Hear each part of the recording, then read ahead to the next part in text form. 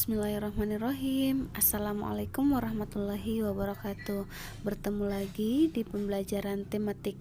Hari ini kita akan membahas tentang tema B, yaitu menyayangi tumbuhan dan hewan.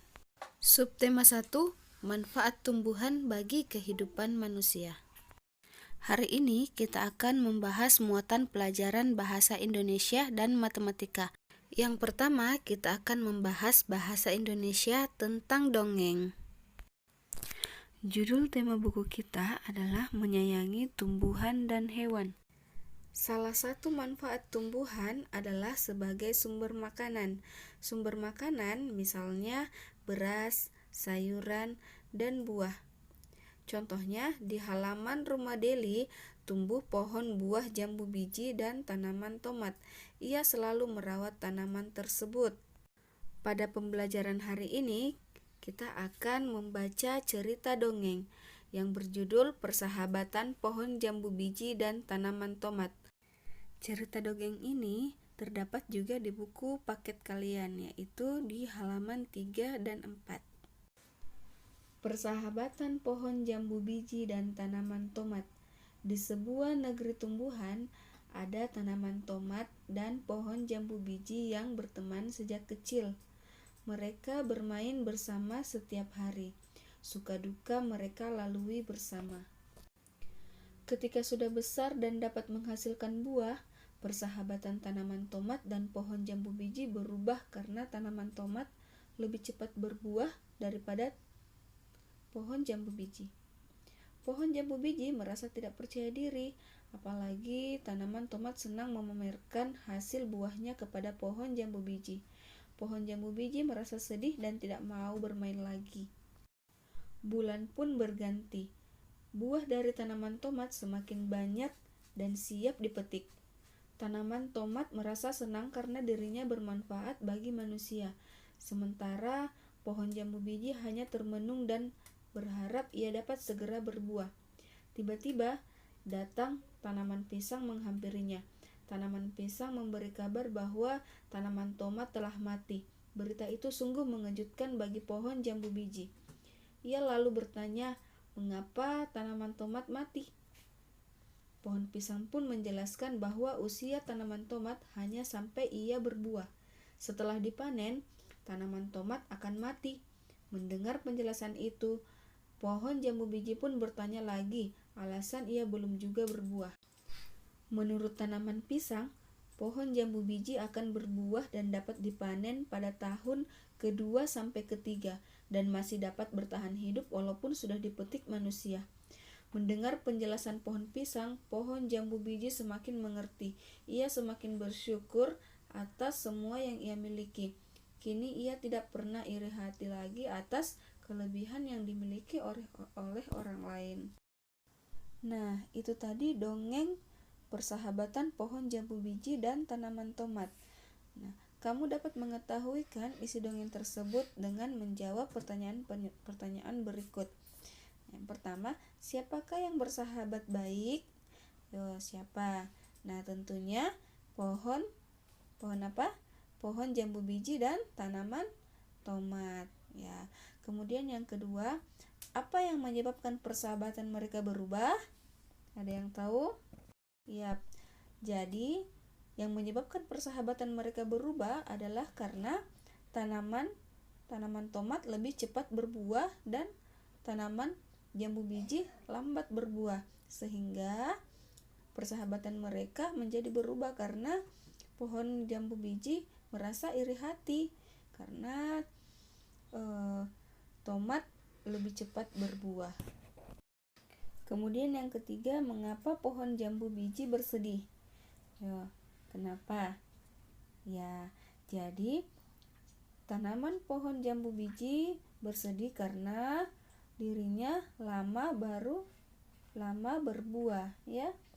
Kemudian yang keempat, kapan pohon jambu biji dapat berbuah?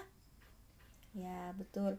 Jadi jambu biji dapat berbuah itu 2 sampai 3 tahun. Nah, pertanyaan kelima, bagaimana akhir dari dongeng tersebut? Ya, akhir dari dongeng tersebut yaitu pohon jambu biji sadar bahwa kita tidak boleh iri hati dan kita harus bersyukur atas apa yang kita miliki dan tidak boleh melihat kelebihan yang dimiliki oleh orang lain ya. Nah, jadi itu tadi dongeng yang telah Ustazah ceritakan tentang persahabatan pohon jambu biji dan tanaman tomat. Di buku kalian juga terdapat banyak cerita dongeng ya di subtema 1 ini. Contohnya bisa dilihat di halaman 8, kisah pohon rambutan yang kesepian, itu juga dongeng. Bisa juga Ananda baca di halaman 14 dan 15. Ada juga yang berjudul Khasiat Buah Mengkudu, itu juga dongeng. Lanjut, ada juga cerita tentang kaktus yang suka menolong, terdapat di halaman 18. Juga ada dongeng yang berjudul Tanaman Jarak dari Danu, itu ada di halaman 27 ya nak.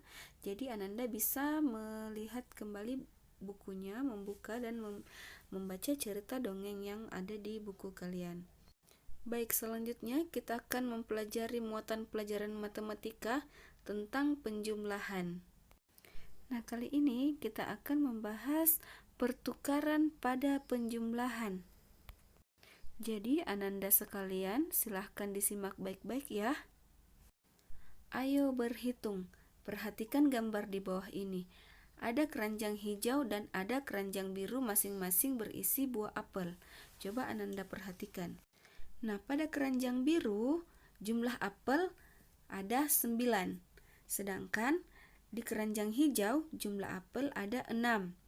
Jadi, 9 tambah 6 sama dengan 15.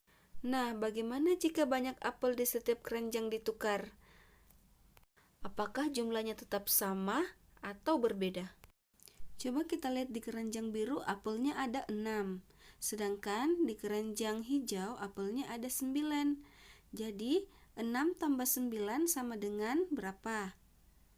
Iya, sama. Jadi 6 tambah 9 sama dengan 15, sama dengan yang di atas. Jadi 9 tambah 6 atau 6 tambah 9 hasilnya sama dengan 15. Ananda bisa perhatikan di layar ya nak. Jumlah apel seluruh dapat ditulis 6 tambah 9 sama dengan 15.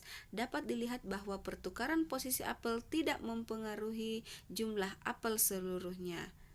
Contoh di bawah ini, 9 tambah 6 sama dengan 15, 6 tambah 9 sama dengan 15. Jadi 9 tambah 6 sama dengan 6 tambah 9.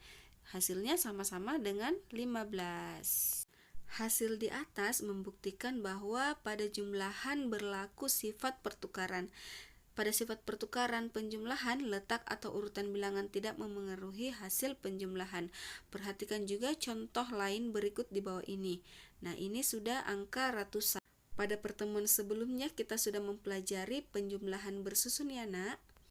Contoh angka 150 ditambah 350 sama dengan 500. Begitupun jika dibalik 350 ditambah 150 sama dengan 500. Jadi 150 tambah 350 sama dengan 350 ditambah 150. Sama-sama hasilnya 500. Yuk berhitung. Di sini ada contoh soal cerita ya.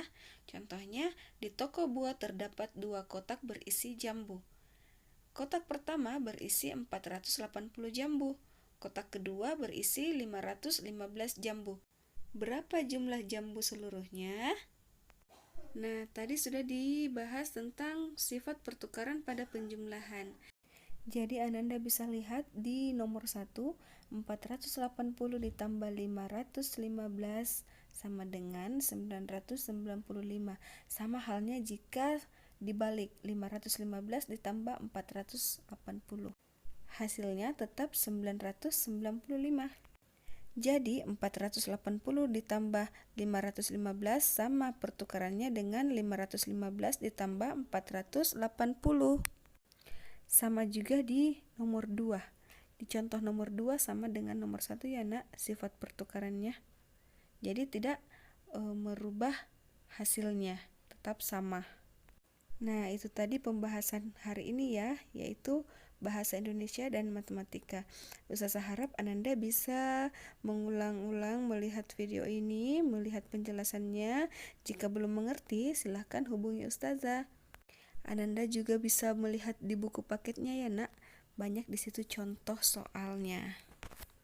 Demikian pertemuan hari ini. Ustazah ucapkan alhamdulillahirabbil alamin. Wassalamualaikum warahmatullahi wabarakatuh.